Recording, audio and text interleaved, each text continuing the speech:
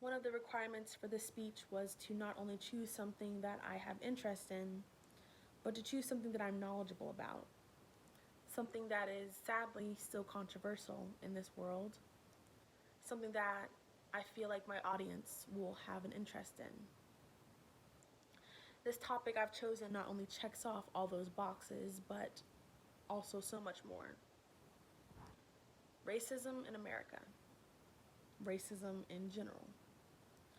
Now, my goal for this speech isn't to exactly offend people, but if I feel like I feel like if you are offended by this speech, then you need to take a deeper look into yourself and what you stand for and how that could possibly make the world a better place. Now, according to the dictionary, racism is a noun. It is the prejudice or discrimination or antagonism of someone of a different race based off of the belief that one's race is superior. Superior. That's an interesting thought, seeing as how I personally feel that no one is superior to each other. We may have different experiences in our life, different goals, aspirations, even upbringings, but that doesn't make you better than me. That doesn't make me better than you. That just makes me me and you. Throughout history, we can almost taste what racism has done to this country or to the world. It's torn apart countries, it's started wars, it's turned countries against countries, and families against families. It's murdered people in cold blood for no reason at all except for the fact that they feel superior. Now, this is a true or false question. Racism is part of our history. If you answer true, then you are correct. But the key to that is that it was part of our history. It doesn't mean it has to be our future. Now, if you're listening to the speech, it's safe to assume that you are an adult. And with being an adult comes certain responsibilities. Paying taxes, paying your bills, and educating yourself. I remember 3 accounts of the most hateful racism I've ever faced in my entire life. One was towards somebody else, one was toward myself, and one is something that we've all seen. The first account was when I was about 6 or 7. My dad always had a lead foot, just who he is. He was a safe driver, but a fast driver. I remember he bought a sports car. It was candy red. It was a beautiful car. The engine purred, like, it was amazing. A cop pulled him over and he asked if he was leasing the car. So my dad, politely but to the point, as he always is, asked what that had to do with him being pulled over. The cop said in return that if he couldn't afford a sports car, then no nigger would be able to afford a sports car either. Now, a 6-year-old wouldn't really know what that word meant, but I did understand body language. I could see how my father's knuckles tightened around the steering wheel. I saw how his shoulders rolled back and his jaw tightened and ticked. I could feel the anger and hopelessness run off him in waves. That police officer, like a lot of people we see today, not just police officers, feel that no matter his reasoning, he's superior. They are superior.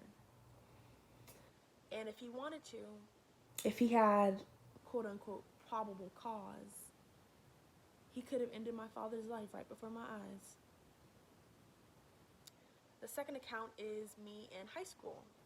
Now, if you've been listening to this speech, listening to my past speeches, and listening to my voice, I have a slight, we call it a twang, but I'm Southern.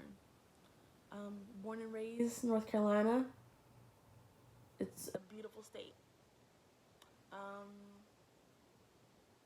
Granted, it has some pretty nasty history, but what place doesn't? So I was running for student body president. I never really faced direct racism.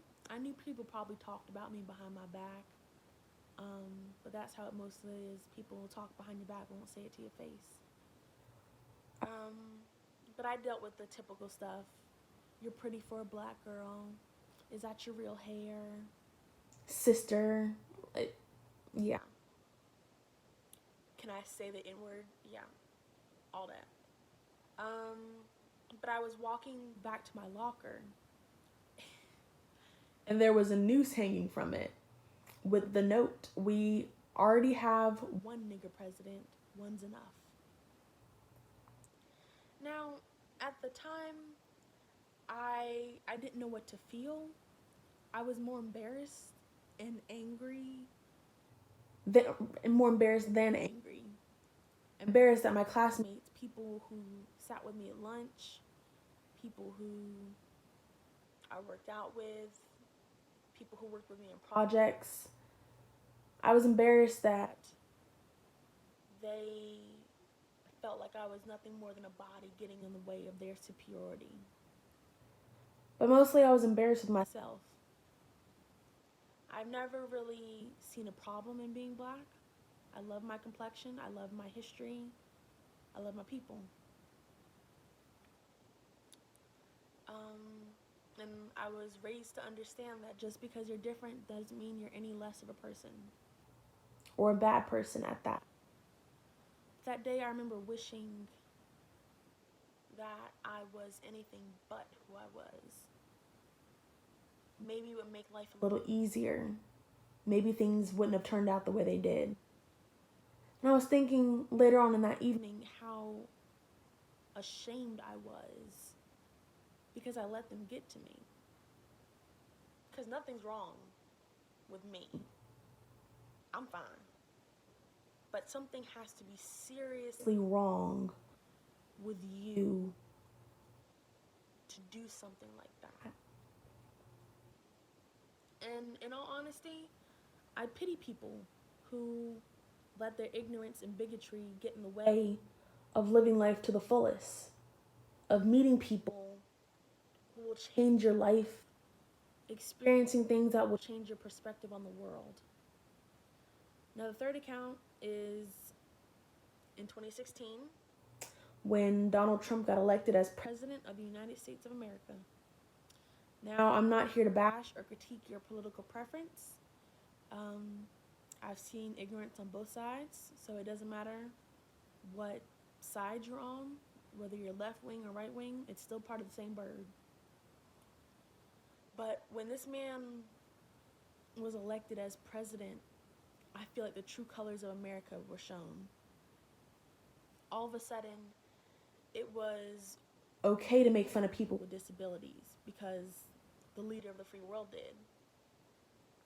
It was okay to joke about sexual harassment because the president did.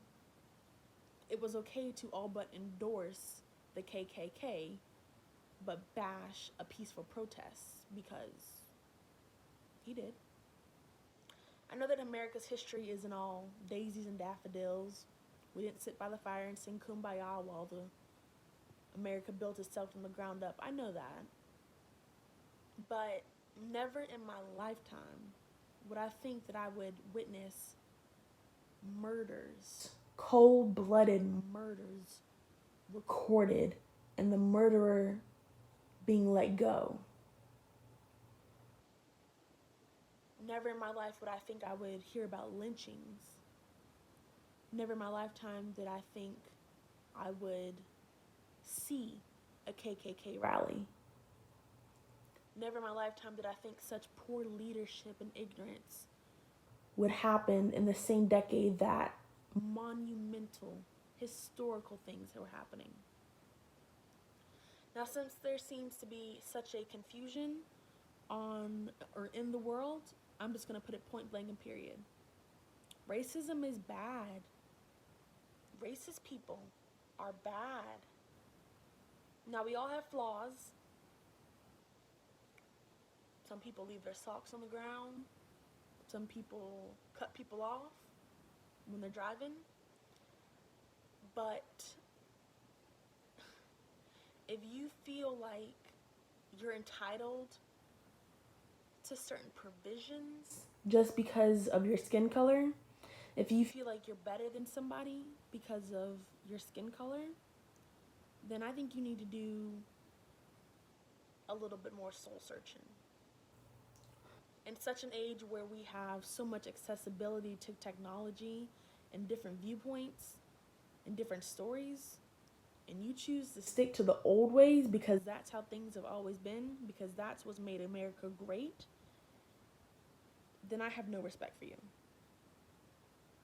My goal for this speech is not to come off sounding closed-minded, because I honestly do believe that everyone has the right to their own opinion. But when those opinions affect lives, when those opinions turn into actions that turn into laws,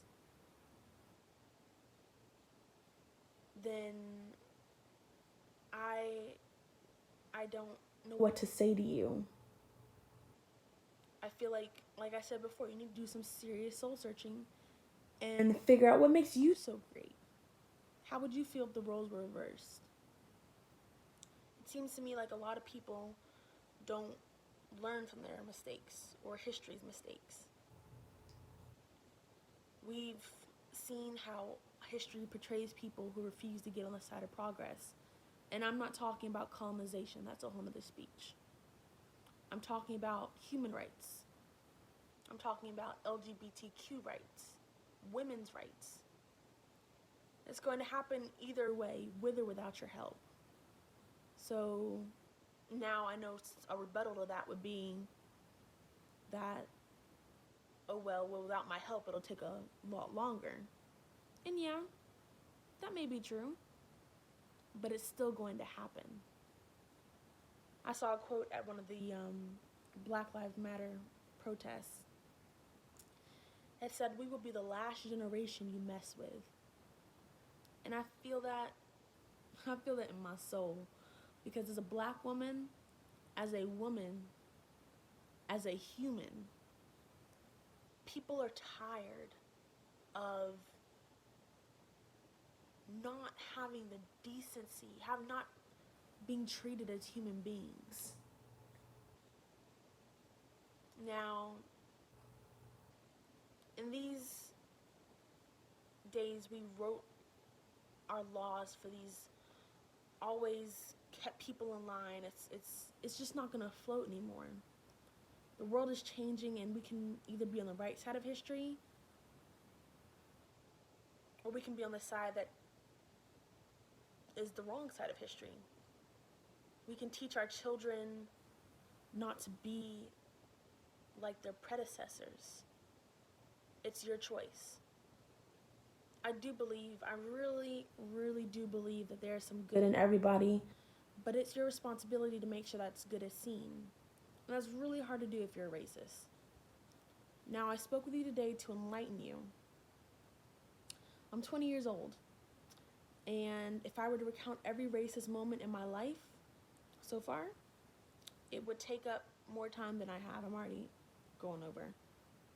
It's 2020, and if I'm being honest with you and myself, I'm probably going to experience more racism, whether it's to my face, behind my back, systematic, or in the healthcare system, or so much more.